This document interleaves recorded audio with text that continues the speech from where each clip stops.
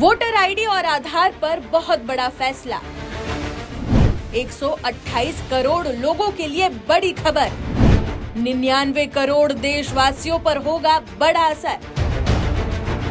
27 मार्च 2025 को मुख्य चुनाव आयुक्त Gyanesh Kumar high level meeting करते हैं, जिसमें इलेक्शन कमीशन ने वोटर आईडी को आधार कार्ड से जोड़ने की प्रक्रिया को तेज करने का फैसला किया गया था।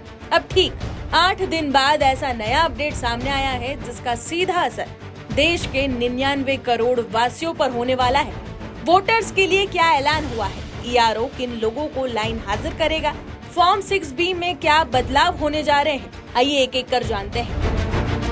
दरअसल लोकतंत्र के महापर्व यानी चुनाव को पूरी तरह पारदर्शी बनाने के लिए चुनाव आयोग ने कड़े फैसले लिए हैं। इसी कड़ी में आधार को लेकर एक बड़ा अपडेट सामने आया है, जिसके मुताबिक अगर कोई मतदाता अपना आधार नंबर चुनाव आयोग को देने से मना करता है तो उसे पर्सनली चुनाव पंजीकरण अधिकारी के सामने पेश होकर इसका कारण बताना पड़ सकता है।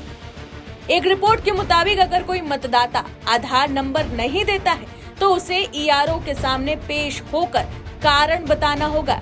उसे ये भी बताना होगा कि वो ऐसा क्यों कर रहा है।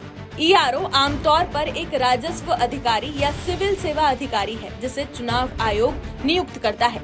रिपोर्ट में ये भी खुलासा हुआ कि साल 2023 तक चुनाव आयोग ने लगभग 66 करोड़ मतदाताओं के आधार नंबर एकत्रित किए थे, लेकिन अभी तक इन नंबरों को मतदाता सूची से जोड़कर डुप्लीकेट एंट्री हटाने की प्रक्रिया शुरू नहीं हुई है।